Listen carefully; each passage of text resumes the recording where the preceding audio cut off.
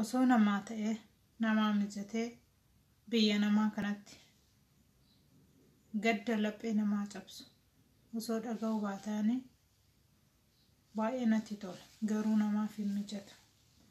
Nagaan dagan ashama harka fuune hordoftootaaf kabajamtoota YouTube chaanaalii kiyya jalatti argamtan marti keessanuu bakka jirtanitti nageenya waaqayyoo isiniif haa baay'atu isiniin jedha.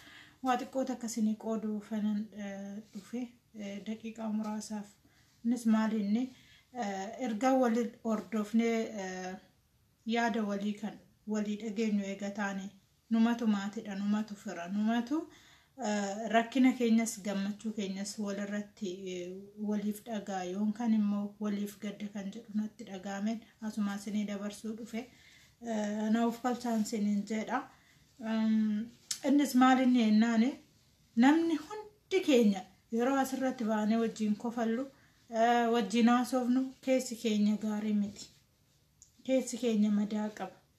Cinaachi keenya gartokkeen madaa qaba. Namni hundi cinaacha lachuun rafee hin bulu. Sinii gala garuu afaan namarraa hin du'u akka jedhani waan gaarii wajjin haasofna. Maaliif jennaan gadda yookaan immoo yaada sammuu keessaa qabdu sana dagachuuf ana akka kootti dhugaan siniin jedha. Yeroo waan tokko gaddi nama wajjin haasa'uu deema yookaan immoo waan baqa yaada nama wal jijjiiruu deema waan sana irraanfachuuf yoo waanuma sana gadi taa'ee waanuma sana yaadu ta'e sammuu kiyya baay'ee na dhukkuba jechuudha. Innis maalinni erganas dhuufee du'aan lakkaa'a. Dhiifa manaaf godhaatu rabbiin mana keessan hin geechisini. Dhugaa namoota hedduu of biraa dhabee jira. Hidda kiyyas haa ta'u, ollaa kiyyas haa ta'u, yookaan immoo naman beeku tokkos haa ta'u namoota baay'ee dhabee jira. Dhugaan siniin jedha. Har'a boru iftaani osoo jedhu jechuudha. Biyyi namaa kuni an akka yaada kootti biyyi Arabaa kun keessattuu biyyi Arabaa kun osoo eegaree galu osoo ji'a achaanu gala ji'a lammaffaa gala ji'a sadaffaa gala amma ji'a tokko naaf oduma jennee guyyaa lakkoofnu kanaadha ofii dhabe kan abbaa ofii dhabe kan obbolaa ofii obbiraa dhabe osoo haati dhukkubsattu haati kootu nalaalii abbaa kootu nalaalii abbaa nodoo kootu nalaalii osoo jedhee daa'ima ofiitti iyyuu kan dhabe meeqa jira. Akkasuma osoo micaa'uun tun anaaf durbii kooti micaa waggaa 16-17 kanan dabartu akka tasaa akka dhukkubsattu nan beeka. Garuu qoyme nan galeetuma ijaan arga yoomuma galee ijaan arga yaa rabbi yoomuma galee ijaan argeedu guyyaa takka bilbilaanuu dubbiseen beeku. Dhugaan siniin jedha waan garaana nyaate ay baxan osoon akkana godhee raadhe kan jedhu hedduu waan baay'ee keessa koo jira. Sinii gala namni gaafa jiru matuma kootirraa qabee gaafa jiru har'a boru jenna iftaan akkas goona iftaan achaanoo akkas goona gaafa akka kanatti wal biraa dhabamani garuu keessi madaa keessi kee bakka yani waan garaa kee keessan baanetu garaa kee keessatti uumama jechuudha. Kanaaf gadda guddaa baay'ee laphee koo cabseetu na keessatti uumamee jira. An erganas dhufe namoota baay'ee dhabee jira. Fakkeenyaaf abbaan abbaa kiyyaa du'ee jira akaakayyuun kiyya. Okkee isaanillee lubbuun du'atti hin faradamtu garuu nutuyyuu haga kana guddannee jirra. Isaan nama jabaadha rakkina hin qabu. Yoo booddee namni hundumtuu achi deema jechuudha. Garuu namseeni du'aaf hin kennamtu. Kan kanarraa fi immoo ijoollee wayii yoo kana nama shamoo nama ja'a qaama mootummaatiin kan dhuman hin jira. Isa keessa anaafis qaamni kun achi keessa jira. Namoota kan sammuun keessa hin daganne jechuudha.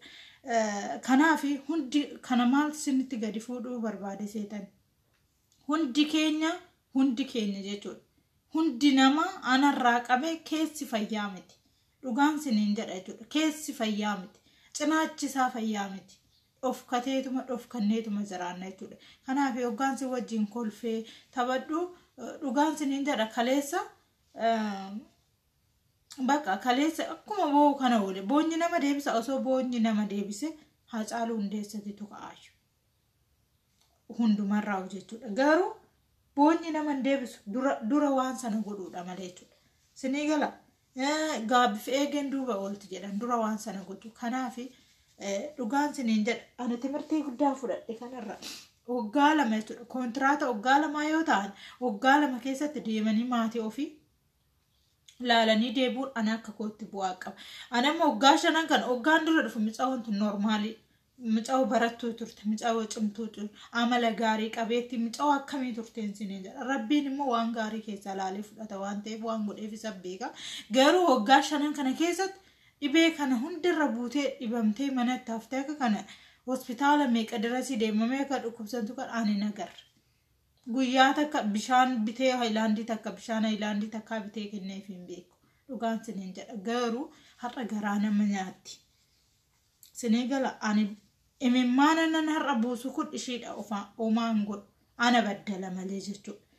Ani ishiidha waa godhu osoo nan bishaan takka bitee yookiin bulluqa takkatti kennee raadhe isaati ishiidha qoricha ture. Kanaaf namoonni akka koochuudha dhugaan sineen jedha.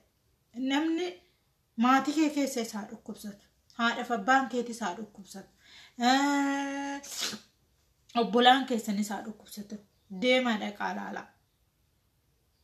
Hojjechuu barbaadan as deebi'atan isin hojjetan. An odoon waggaa shanan kana keessatti waggaa tokkoof galee to'ii maatii hoolaalee garaan nyaatu arguu danda'a waan dhukkubsatullee waan baddalamillee waan badillee.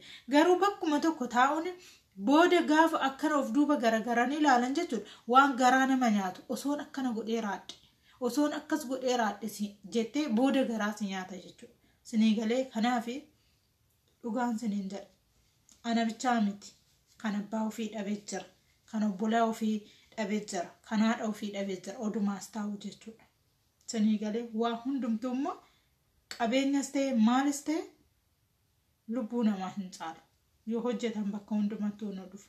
Isiniin jechuu barbaadee taanaanii na'uuf kalchaan jedha. Ishiidhaafis rabbiin ramata haa godhuu fi boolla ishiitti rabbiin daadhii haa guutu.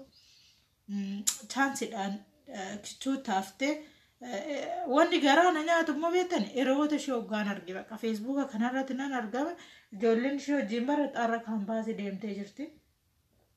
Kaampaasii hoggaa tokkoffaa deemanii jiran kana hoggaan laale garaan si wannoon jedhu garaan tole siin jedhu jechuudha.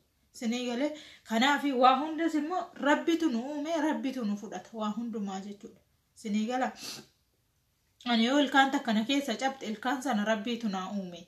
Yoo osoon kufin osoo namni nadheensi medhee cabe rabbitu na cabse rabbitu naaf kenne rabbitu narraa fudhate jechuudha. Kanaaf rabbitu nu uuma waa hundumaa rabbitu nu kenna.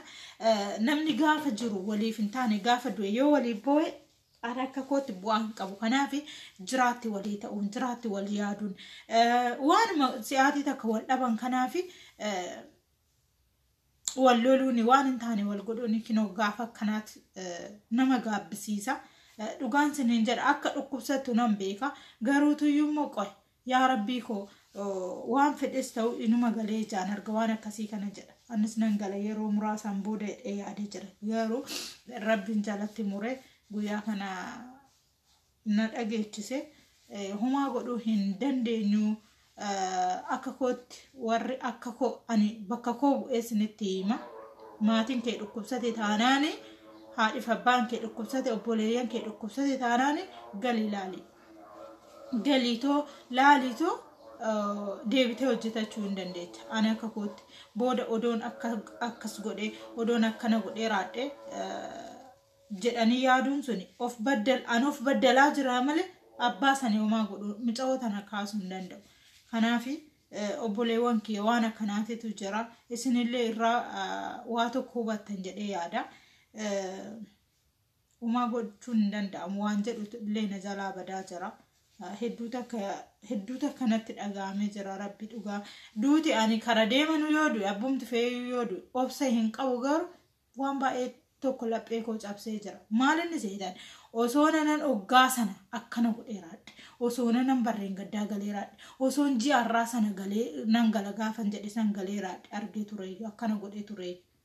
Yaani kinu waan akkanaa kana si keessatti uumamaa jechuudha. Kana godhuun dura immoo si'aatii nan godhetti sanatti waan sana godhi gaabbisan irraa haftaa.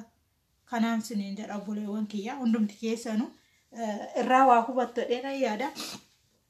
Rabbiin boolla ishiititti daadhii haa guutu. Maatiif firoota ishii rabbi jajjabina haa uufee ani waan an godhuuf hin qabu. Haadhaaf abbaa ishiitii rabbiin jabina haa kennuufi. biyyoo shitaa qallalchu jechuu barbaada asumaani naaf galatoomaa sinin jedhaasaa sinittiin dheeressu gadda baay'ee jira niyo gobanaalee du'ee jira oromoon guyyuma guyyaarran baatee oola garuu ana akka kootti inuma bayee kolfeesi wajjin taphadhu kana nan laalina dhugaan sinin jedha keessi koo wanni hin qabu yaani guyyaa takka gammachuu hin qabu jechuudha maaliif akka ta'e beekuu hin danda'u kanaaf hundumti keessanuu rabbiin jajjabina isinii haa kennu